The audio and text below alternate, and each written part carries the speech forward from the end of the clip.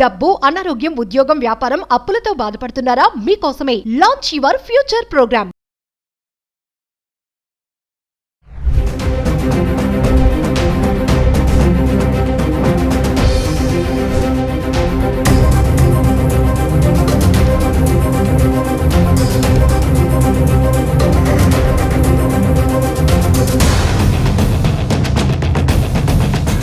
High years India's largest digital media network Suman టీవీకి స్వాగతం. ప్రస్తుతం మనతో ఉన్నారు advocate and motivational speaker Ushasri. So Usha already నిన్నటి నుంచి వీడియో వైరల్ అయిపోతుంది. ఖమ్మం లక్ష్మీ ప్రసన్న అసలు ముందున్న అమ్మాయి తర్వాత చనిపోయినప్పుడు చూస్తే నిజంగా ఎంత బాధ వేస్తుందంటే, అంటే మామూలుగా అంటూ ఉంటారు ఏదన్నా బాధలు వస్తే పుట్టింటికి వెళ్ళండి అమ్మా, పుట్టింటి వాళ్ళు చూసుకుంటారు, ఫస్ట్ మన మైండ్ అక్కడికే వెళ్తుంది.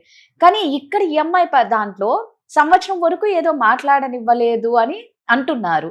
అంటే అది నిజంగా అంటే కొంతమంది ఏమంటారంటే, అరే మీరు కన్నా కొంచెం అలర్ట్ గా ఉంటే మీ బిడ్డ కాపాడేయచ్చు కదా, ఆయన ఆల్రెడీ హింసిస్తున్నాడని, అల్లుడు హింసిస్తున్నాడని తెలిసినప్పుడు బిడ్డను ఎందుకు అక్కడ పెట్టాలి? ఆమె ఆడపిల్ల పుట్టింది అని చెప్పి 3 ఏళ్ళు తీసుకెళ్లలేదు తండ్రి దగ్గరే, అంటే ఈ ప్రసన్న వాళ్ళ తండ్రి దగ్గరే పుట్టింట్లోనే 3 ఏళ్ళు ఉన్నారు. ఉన్న తర్వాత మళ్ళా ఏదో ఆయన డివోర్స్ కో ఏదో అప్లై చేస్తే వీళ్ళు పోలీస్ స్టేషన్ కంప్లైంట్ ఇస్తే పెద్దల సమక్షంలో లేదు నేను బాగా చూసుకుంటానని తీసుకెళ్లి వెళ్ళిపోయినాడు.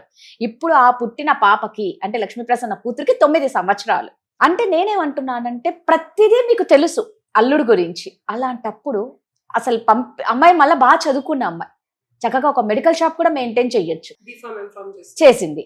అంటే ఎందుకు అలా అన్ని తెలిసి కూడా అమ్మాయిని అక్కడ పెట్టడం ఎందుకు అని అనిపిస్తోంది. ఇది నువ్వు అడగటం చాలా ఈజీ రాదా? ఏంది పేరెంట్స్కి ఆ మాత్రం తెలియలేదా? పేరెంట్స్కి బేసిక్ కామన్ సెన్స్ లేదా? కూతుర్ని వెళ్ళి తెచ్చుకోవచ్చు కదా అని నువ్వు అడగచ్చు. నేను ఎప్పుడు చెప్పినా నా పర్సనల్ చెప్తాను, నేను పుస్తకాలు చదివో కబుర్లు చెప్పను. సిమిలర్ సిచ్యువేషన్, పెళ్ళయింది 21 days 26 days ఉన్నాడు రమేష్, యుఎస్ వెళ్ళిపోయాడు. నేను ఇమీడియట్ గా ప్రెగ్నెంట్. సో తీసుకెళ్ళను, డివోర్స్ ఇచ్చేస్తాను. అసలు I was virgin till I got married. ఓకేనా? బిడ్డని అబార్ట్ చేయమంటాడు. అబార్ట్ చేయడం ఏంటి? మానానేమో అసలు దానికి అసలుకే కాంప్లికేషన్స్ ఉన్నాయి, హార్మోనల్ ఇంబ్యాలెన్స్ ఉంది. డాక్టర్ అప్పటికే 9 months నుంచి ట్రీట్మెంట్ ఇప్పిస్తున్నారు. బిడ్డని అబార్ట్ చేయడం ఏంటి అంటే, అబార్ట్ చేసేయాలి, నాకు అంత ఫైనాన్షియల్ కండిషన్ అంటే మరి ఎందుకు పెళ్లి చేసుకున్నా అన్నాడు మా నాన్న. అది ఫస్ట్ ఎవరైనా అనే మాట. మరి ఆ మాత్రం మాకు సరే, అప్పుడే డివోర్స్ ఇచ్చేస్తున్నాడు. కేసు సిమిలర్ గా ఈ అబ్బాయి పెళ్ళైన తర్వాత పాపం ఏవో చిన్న చితక గొడవలు వచ్చాయి, అమ్మాయిని ఇంటి దగ్గర వదిలేశాడు. 3 ఏళ్ళు ప్రెగ్నెంట్ అయిన తర్వాత పాపని కూడా చూడకుండా 3 ఏళ్ళు వెళ్ళిలోనే ఉన్నాడు. నేను ఫోన్ తీసి ఇసురు కొట్టాను. 6th month ప్రెగ్నెంట్ అప్పుడు. 3rd month నుంచి 6th month వరకు గొడవలే. అంటే నేను అప్పట్లోనే నేను జస్ట్ 23 years అయినా ఎంఎస్సి కంప్యూటర్స్, మనం యాహూ ఇవన్నీ గూగుల్ సెర్చ్లు అవన్నీ చేసి యుఎస్ లో కనుక లాస్ చదివాను. నేను అప్పుడు లాయర్ కాకపోయినా లాస్ చదివాను. నువ్వు కనుక నన్ను ఇప్పుడు తీసుకెళ్లలేదు అనుకో, నేను అమెరికా, నువ్వు నాకు వీసా ఇవ్వలేదనుకో, నేను ఇక్కడి నుంచే నేను కంప్లైంట్ చేస్తాను, నీ ఉద్యోగం ఓడదీసి ఇండియా పంపిస్తారు, అప్పుడు చచ్చినట్టు కాపురం చేస్తాను. మా ఆయనకి మెయిల్ పెట్టాను నేను. అప్పుడు చచ్చినట్టు వీసా డాక్యుమెంట్లు పంపించాడు. యుఎస్ లో అంత స్ట్రిక్ట్ పాలసీస్ ఉంటాయి. You can't cheat somebody, reason లేకుండా నువ్వు నాకు డైవర్స్ ఎట్లా ఇస్తావని. So coming to the point, ఇప్పుడు ఇండియా కాబట్టి ఈ అబ్బాయి 3 ఏళ్ళు వదిలేసి వెళ్ళిపోయాడు, తీసుకెళ్లలేదు, ఏమీ చేయలేదు. ఇప్పుడు పెళ్లి చేసుకొని ప్రెగ్నెంట్ చేసి ఆడపిల్ల పెట్టుకొని వీళ్ళ తల్లిదండ్రులు 3 ఏళ్ళు సాకారు అమ్మాయిని. మనం ఫ్యాక్ట్స్ ఆఫ్ ద కేసుకి వెళ్దాం. ఆ 3 ఏళ్ళు సాకిన తర్వాత ఏదో వీళ్ళు ఇంకా భరించలేక పోలీసుల దగ్గరికి వెళ్ళి, ఇప్పుడు నార్మల్ గా చెప్తే వీళ్ళు వినట్లేదు, నలుగురిలో పెట్టినా వినట్లేదు. ఆడపిల్ల నేను ఇంట్లో పెట్టుకోలేరు కదా రాధా. ఏ తల్లిదండ్రులైనా సరే భర్త దగ్గర ఉండాలి. మనం పెళ్లి చేసాం, వాడికి కలిగిన బిడ్డతో పాటు మనం ఏవైనా సరే భర్త దగ్గర కూర్చోనో, నించోనో, పడుకోనో, ఒంగో, కాళ్ళ బేరాన పడో ఆడపిల్లని వాళ్ళ దగ్గర తీసుకెళ్లాలనే అనుకుంటారు తల్లిదండ్రులు. పరువుగా తప్పించి ఆడపిల్లని మన ఇంట్లోనే పెట్టుకొని వదిలేయాలనుకోని తల్లిదండ్రుల పరిస్థితి కనిపిస్తోంది. ఆ అబ్బాయి కేసు పెట్టిన తర్వాత తీసుకెళ్లాడు. ఇక్కడ ఉద్దేశం అబ్బాయిది, తీసుకెళ్లిన తర్వాత ఆ అబ్బాయి ఫస్ట్ నుంచే మనకి చూస్తుంటే వద్దు వద్దు వద్దు వదిలేసిన మెంటాలిటీ కనిపిస్తుంది. I can read a similar case. నేను అంత గొడవపడి వీసా తీసుకొని 6th month 6.5 months pregnant US వెళ్తే రోజు కొట్టేవాడు. 9th month వరకు రోజు కొట్టడమే. నువ్వు ఆ పిల్లని అడిగావు కదా, అట్లా తల్లిదండ్రులకి తెలియదా, తీసుకెళ్ళచ్చు కదా అని చెప్పి. నేను డెలివరీ అయిన తర్వాత 9 నెలల వరకు నా పేరెంట్స్ కి బతుకున్నానో లేదో కూడా తెలియదు. నా దగ్గర ఫోన్ లేదు. వాళ్ళు ఫోన్ చేయడానికి రమేష్ నెంబర్ ఫోన్ ఎత్తడు, బ్లాక్ లిస్ట్ లో పెట్టాడు. రమేష్ వాళ్ళ తల్లిదండ్రులు వచ్చి నన్ను చూసుకున్నప్పటికీ అసలు మా పేరెంట్స్ నేను బతుకున్నానో లేదో తెలీదు. నా బిడ్డ పుట్టి 6 months తర్వాత ఇండియా వెళ్ళిపోయిన తర్వాత నేను వేరే వాళ్ళ ఫోన్ ఎవరిని అడగకుండా నన్ను బ్లాక్ చేశాడు. నేను ఎక్కడికి వెళ్తున్నాను, ఎవరితో మాట్లాడిన ప్రతిదీ ఇంట్లో అప్పట్లో US లో టెక్నాలజీ ఉండేది, వాయిస్ రికార్డింగ్ టెక్నాలజీ. ల్యాప్టాప్ లో ఏం మాట్లాడుతున్నాను అంత రిస్ట్రిక్షన్. సో 9 నెలల తర్వాత నేను ఇంకా ఇల్లు మారిన తర్వాత పక్కింటి వాళ్ళ దగ్గరికి వెళ్ళి ఇమ్మీడియట్గా అమ్మ బతికే ఉన్నావా అంది మా అమ్మ. బతుకున్నా లేదా. సో నేను అనేది ఏంటంటే ఇక్కడ పేరెంట్స్ కూడా వీళ్ళు డోర్ ఓపెన్ చేస్తే కుక్కను వదలటము, అనవసరంగా పిచ్చి మాటలు మాట్లాడటము, తిట్టడము, దూషించడము. తల్లిదండ్రులు ఎవరైనా ఏమనుకుంటారంటే రాదు అంటే నాకు పర్సనల్ గా జరిగింది కాబట్టి అమ్మ మరి నేను ఉన్నానో లేదో, మీరు ఇన్ని నెలలు మీరు అంటే అమ్మ నీకు డెలివరీ అయింది, అట్లీస్ట్ మగాడు అనేవాడు రోడ్డు మీద అయితే పడేడు కదా, నిన్ను పిల్లాన్ని ఎక్కడున్నా నువ్వు బాగుండాలనుకున్నావు, మేము ఫోన్ చేసి నిన్ను డిస్టర్బ్ చేసి మా ఆనందం కోసం నువ్వు బాగున్నావా లేదా తెలుసుకునే బదులు నిన్ను పెంచిన తీరుకి నువ్వు ఎక్కడున్నా సర్దుకుపోతావు, బాగుంటావు, ఏదో రోజు మాకు ఫోన్ చేస్తావన్న నమ్మకంతో ఫోన్ చేయలేదండి మా అమ్మ. ఎంత మాటది. సో మా ఆయన నాతో లెటర్లు రాయించుకునేవాడు, నాకు మెంటల్ ఉంది, మా ఆయన నన్ను తిట్టడానికి కొట్టడానికి నేనే కారణం, నేను మెంటల్ గా మాట్లాడుతున్నాను, పిచ్చి పిచ్చిగా మాట్లాడుతున్నాను అని. అంటే రేపొద్దున నేను చనిపోతే ప్రూఫ్లు అనమాట అది. అంటే నాకే మెంటల్ ప్రాబ్లం ఉందని లెటర్లు, ఇన్ని లెటర్లు ఉన్నాయి తెలుసా కదా, ఇప్పటికీ మా ఆయన దగ్గర ఉన్నాయి. అంటే he has a planning of నేను మా నాన్నకి ఇన్ని గొడవలు నాన్న నేను చచ్చిపోతాను నాన్న ఇక్కడ ఉంటే, నేను వచ్చేస్తాను ఇండియాకి అని చెప్పా. చచ్చిపోతే చచ్చిపో, అక్కడే రావద్దన్నాడు నన్ను. నేను లిటరల్ గా అమెరికాలో ఉంటే ఈ అమ్మాయి పరిస్థితి వచ్చేది. కమింగ్ టు ద కేస్, వీళ్ళ ఇంటెన్షన్ ఎక్కడ అమ్మాయిని సంతోషంగా చూసుకోవడానికి కానీ అమ్మాయిని జాగ్రత్తగా ఉంచడానికి కానీ లేదు. వాళ్ళు తీసుకెళ్లిన దగ్గర నుంచి తల్లిదండ్రులు సేమ్ రమేష్ ఏదైతే స్కెచ్ చేశాడో నా అంతటి నేను చచ్చిపోయేలా చేశాడు చాలా సందర్భాల్లో. అండ్ తను నన్ను చాలా సార్లు కొట్టేవాడు. వీళ్ళు ఫుడ్ పెట్టలేదు అంటున్నారు చూసావా, మా అత్తగారు నేను డెలివరీ అయితే రోజు ఇంత కాకరకాయ కూర అదే పెట్టేది. నాకు ఇప్పటికీ బాడీ సెట్ అవ్వకపోవడం, ఏ రోజు నాకు అసలు రోగము జ్వరం అని పడుకోకుండా ఉండేదాన్ని, విష జ్వరం వచ్చేసింది పోస్ట్ డెలివరీ. 5వ రోజు నుంచి కొట్టడం మొదలు పెట్టాడు. నాకు అసలు బాడీ వాజ్ లైక్ ఇప్పటికీ పెయిన్స్ బికాస్ ఆఫ్ దాట్. పచ్చి ఒళ్ళు మీద ఒక మనిషిని కొడితే డొక్కల్లో పెట్టి ఆపరేషన్ అయిన కుట్లు అవన్నీ కొడితే, తల తీసుకెళ్ళి నేలకేసి కొడితే జుట్టు పొడుగ్గా ఉండేది, ఇలా వెనక్కిలాగి కుట్లు ఎట్లా పట్టేస్తాయి, అలాగ కంటిన్యూస్ గా కొడితే ఒక మనిషి ఏమవుతుంది, తనంత తనే చచ్చిపోద్ది.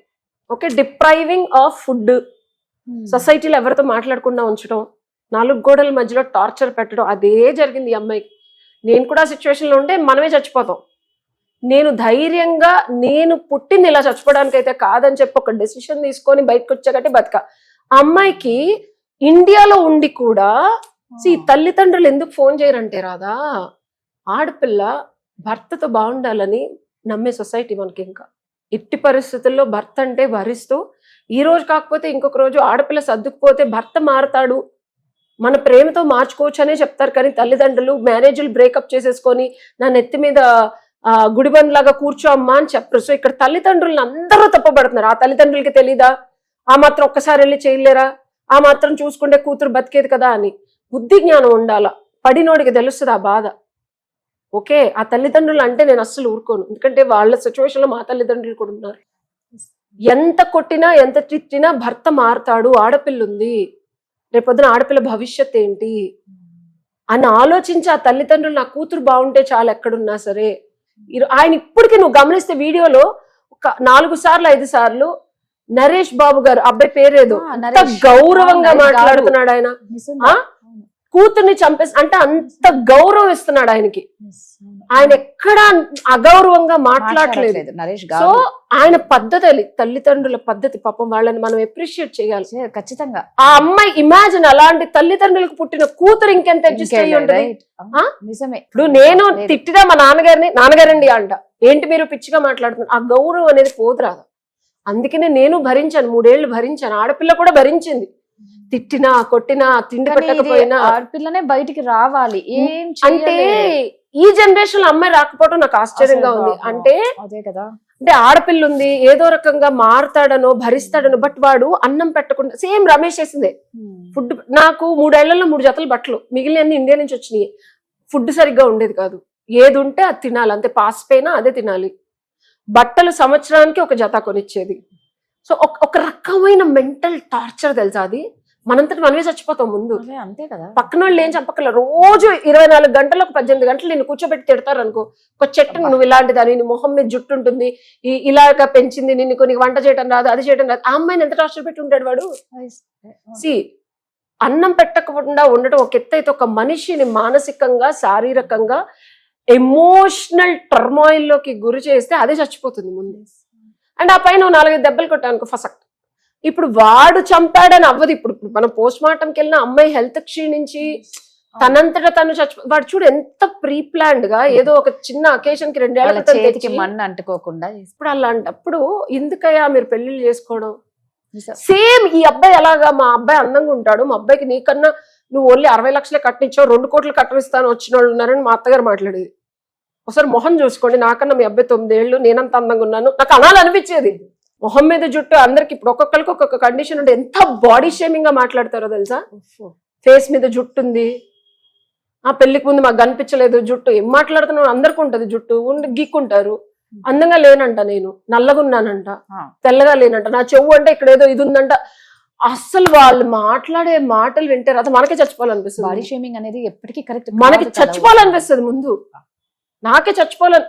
ఇట్ టుక్ మీ 3 ఏళ్ల నా రిలేషన్షిప్ నుంచి బయటకు రావడానికి 5 ఏళ్ళు పట్టింది. నేను ఇంకొక పర్సన్ గురించి ఆలోచించి ఒక రిలేషన్షిప్ వెళ్ళాలనుకోవడానికి ఇట్ వాస్ క్వైట్. ఇంత స్ట్రాంగ్ ఎందుకున్నాను అనుకున్నావు? నేను దెబ్బలు అంత బాగా గట్టిగా స్ట్రాంగ్ గా ఎలా ఉన్నాను అనుకున్నావు? నేను 2010లోనే చచ్చిపోవాలి, నేను అమెరికాలోనే చచ్చిపోవాలి. అది భగవంతుడి దయ. ఆ అమ్మాయి చచ్చిపోయిందంటే రీజను అందరికి ఆ భగవంతుడి సపోర్ట్, పూజలు పునస్కారాలు యోగాలు చేశాను కట్టి ఇలా లాగాడు భగవంతుడు నన్ను బయటికి. ఆ ధైర్యం బయటకి రానిలేదు, రాదు. నేను చెప్తున్నాను, ఒక మానవ మాతృలుగా అమ్మాయి బయటకు వద్దామన్నా వాళ్ళు చేసే స్తంభన, వాళ్ళు ఉంచే తీరు, డోర్ తీసి బయటకు వెళ్ళాలంటే గడగలు ఆడిపోయేదాన్ని తెలుసా. రమేష్ వచ్చి ఏమంటాడు అని కొట్టేసేవాడు నన్ను. నేను కింద జిమ్కి వెళ్తే ఎవరితో మాట్లాడి నన్ను కొడుతున్నాడని ఎవరికి చెప్తాను అని ఒక కుక్కని కొట్టినట్టు కొట్టేసేవాడు. నేను బయటకు వెళ్ళేదాన్ని కాదు, డోర్ తీసి బయటకు వెళ్ళేదాన్ని కాదు. నేను ఎప్పుడన్నా పక్కింటి వాళ్ళకి వెళ్తే తినతో పాటు వెళ్ళాలంతే. తనతో కాకుండా నేను వెళ్ళానా ఇంకా ఒక 10 గంటలు 18 గంటలు కొట్టడమే, కంటిన్యూస్ కొట్టడమే. Oh that was. ఈ పిల్ల మనం బయటకు వద్దామన్నా రాలేరు రాదా. అమ్మాయి చచ్చిపోవడానికి రీజన్ మనం 100 మాట్లాడుకోవచ్చు, పడ్డవాడికి తెలుస్తుంది, దాని లోపల ఉన్నవాడికి ఎంత భయపెడతారంటే నాకు ఇప్పటికీ గుర్తు తెచ్చుకుంటే నాకు వణుకొస్తుంది. అదే అర్థమవుతుంది నీ ఫేస్ లో, నీ కళ్ళల్లో. ఆ అమ్మాయి చచ్చిపోవడానికి డెఫినెట్ గా అమ్మాయి రాలేని పరిస్థితి వాళ్ళు క్రియేట్ చేశారు కాబట్టే చచ్చిపోయింది. ఇట్స్ నాట్ ఎవరు చచ్చిపోవాలని అనుకోడు, ఎవరు కూతురుని వదిలేసుకోవాలనుకోరు. సూపర్, కరెక్ట్ ఉషా, నువ్వు చెప్పింది నిజంగా చాలా ఎమోషనల్ అయిపోయింది. ఎందుకంటే ఉషా లైఫ్ కూడా అలాగే ఉంది కాబట్టి.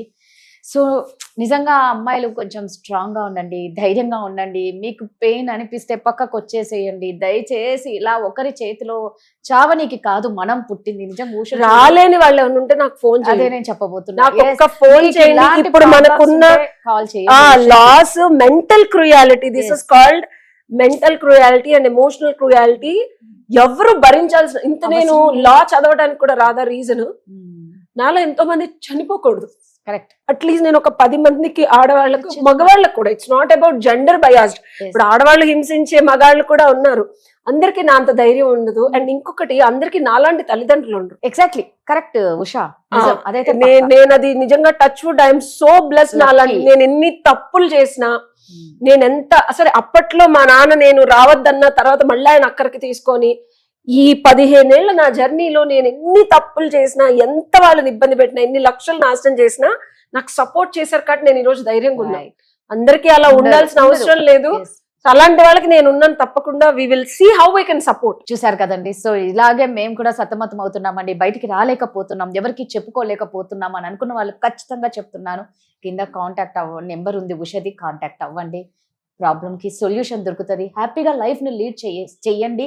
జీవితాన్ని ఇంతటితో ఎవ్వరూ ముగించుకోకండి. Thank you Usha. Thank you.